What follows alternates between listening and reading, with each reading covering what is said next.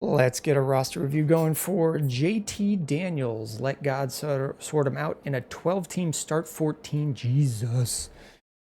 With a 1-point tight end premium. Okay, so these are going to look pretty shallow. Let's go through them. So first, right off the glance, like that's a sizable gap between you and most of the rest of the league. This is keep trade cut value. If you've seen any of my roster reviews so far, I'll say don't overvalue this number. It's not always true. There's plenty of guys I think that are overvalued on keep trade cut, especially compared to their production that we can expect from them this year. So we'll get right into that concept with Jayden Daniels and Joe Burrow, probably both a little bit higher than I would have them ranked. Like Joe Burrow as QB4, I probably have him closer to QB6. So some of this value is not value that I would hold true to. But with that said, quarterbacks, you're looking at 5 out of 5 in 12-team Superflex. That's really, really good. Dog is barking. I think she's going to be okay. We can keep this going. Just getting pets right down here. Running backs. So we said quarterbacks was 5. Running backs, Achane, Henry, Swift. It's a really strong 4, maybe a 3. Probably somewhere between 3 and 4. I really like Achane. I think he has the opportunity to be RB1 overall in PPR. Derrick Henry, you probably have another year for it left in him. People have been saying it could be the last year for him for the past 3 to 4 years. I don't have really much else to say beyond that. DeAndre Swift, probably going to give you RB24-ish numbers in points. And Aaron Jones, you probably have another year left of him. I mean, if you had him last year, he was pretty strong to start the year, and I'm expecting that's not really going to change. The only thing I'm worried about is age and an injury coming because of it. But I think you're okay here. I think I gave you a rating, strong 3, 4-ish. I don't know. Wide receivers. Nico Collins, T. Higgins, Mike Evans, Jerry Jeudy, Juwan Jennings. This is where we're starting to see how deep the league is, where you have to start a lot of guys. Man, I don't feel great about the 14 that we're going to come up with between these.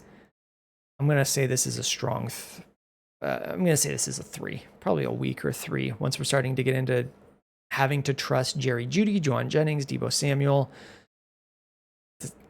Not a lot to love here. Tight ends, 2.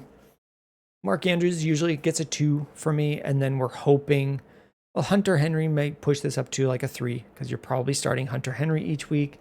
And then I don't know that you're starting Jaheim Bell ever. Ben Sinnott, I believe, maybe you're a Sinnott believer like me, but I don't believe strongly. Like, there's a chance he's just nothing. Harold Fannin, tight end 21 seems fine as a ranking there. I don't feel like I know that he's going to have any sort of breakout in year 1. Let's talk about the 14 guys you're starting. Unless this is a bug of some sort, but it says start 14, so we're going to try to come up with 14. Jayden Daniels, Joe Burrow, Achane, Henry, Swift. You might be stuck starting Aaron Jones a lot of weeks. Nico Collins, T. Higgins, Mike Evans, Jerry Jeudy, Mark Andrews, Juwan Jennings, Deebo. That's at 13. I don't know if I said Hunter Henry, but we're starting to run out of options. So moves I would make if I had this team. You don't have any picks for next year of meaning. I mean, a 4th-round pick is cool. It's cute, I guess. Moves I would be looking to make, tearing down from Joe Burrow. If anyone is going to pay you like he's QB4, I would be taking it and running. With the logic being, the logic I use, if a pocket passer is considered really highly thought of because people are saying the defense can't stop anyone, like the fantasy community is just really slow at adjusting to defensive changes. They have a new coordinator in Cincinnati. They drafted primarily defense. There's players that are holding out, having contract issues, but I expect that'll get solved or answered and they'll go into September with a starting defense. I don't know that I'm predicting them to be the worst defense in the league, like people are saying.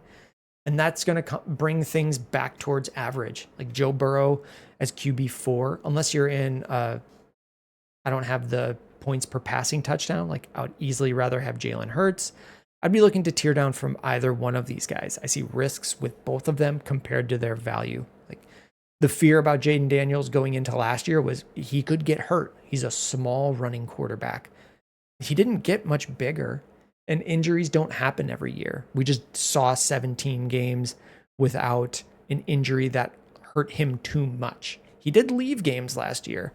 So either one of these guys, if you can get paid out full price for, I would be open to doing something like that to bolster that 14 that you need to start. Cheaper quarterbacks that I like, when you're at the top of the league pushing to go in, Dak is a really good option for a contending team. Like you have Stafford to be your third guy, but they're not the same type of dude. When Dak Prescott's healthy, what we've seen from him is top 10 quarterback numbers. So if you can just lock that in, like his numbers aren't massively worse than what Joe Burrow did last year, or what we should realistically expect for Joe Burrow. So I would be looking to grab like Dak. If you're tearing down to Purdy, if you're tearing down to Trevor Lawrence, tearing down to Kyler, those are all guys that are a little bit undervalued compared to the production that you'll get from them.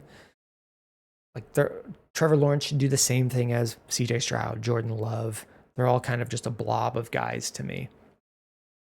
So I would be looking to do something like that to just get more dudes into your lineup. You're not getting anyone in 26 unless you're getting firsts from these guys, or a first from Achane, or a first from Collins. I just don't know where you're getting a first round pick from next year, unless you're moving some of these quarterbacks now and moving that into stronger receivers or more running backs.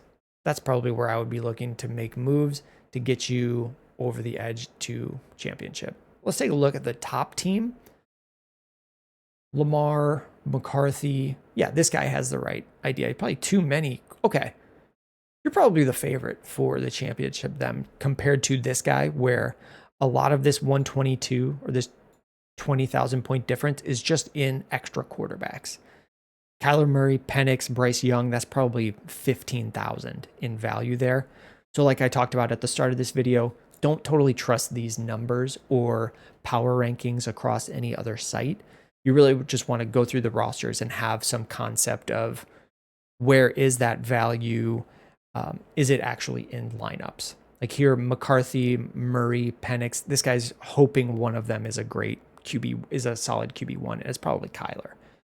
So I'd see if he wants to sell one of those to you in a down tier, or get them from somewhere else. Other moves you could make. Kamara could be good on this team to bolster this. There's a really cheap running back option, and then cheaper receivers. You already have Mike Evans. Can you get Devontae Adams? Can you get who else is really like Jalen Waddle is probably pretty cheap.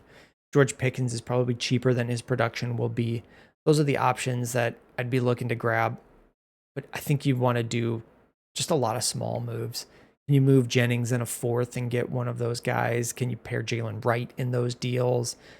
Anything you can do to start pulling Blake Corum or Ollie Gordon or Taj Brooks into either pick values for next year or small tier ups from Juwan Jennings, from Jerry Jeudy, stuff like that.